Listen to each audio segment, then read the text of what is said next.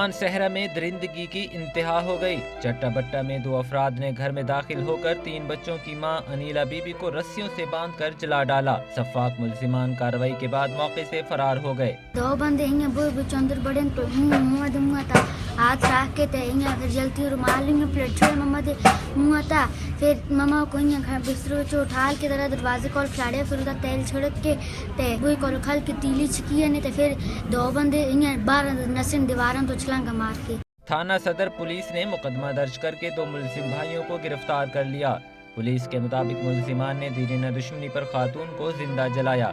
मकतूला का शौहर कत्ल के मुकदमे में गुज़श्ता 6 माह से जेल में कैद है। 4 बजे का वक्त हमें इत्तला मिली कि अनीला बीबी जो है उसको किसी 2 आदमियों ने उनके घर में घुसकर आग लगाकर तेल छिड़क कर आग लगाई है। मुल्तान के इलाके मखदूम रशीद में भी 50 साला खातून स्कूल टीचर को चारपाई से बांधकर आग लगा दी गई।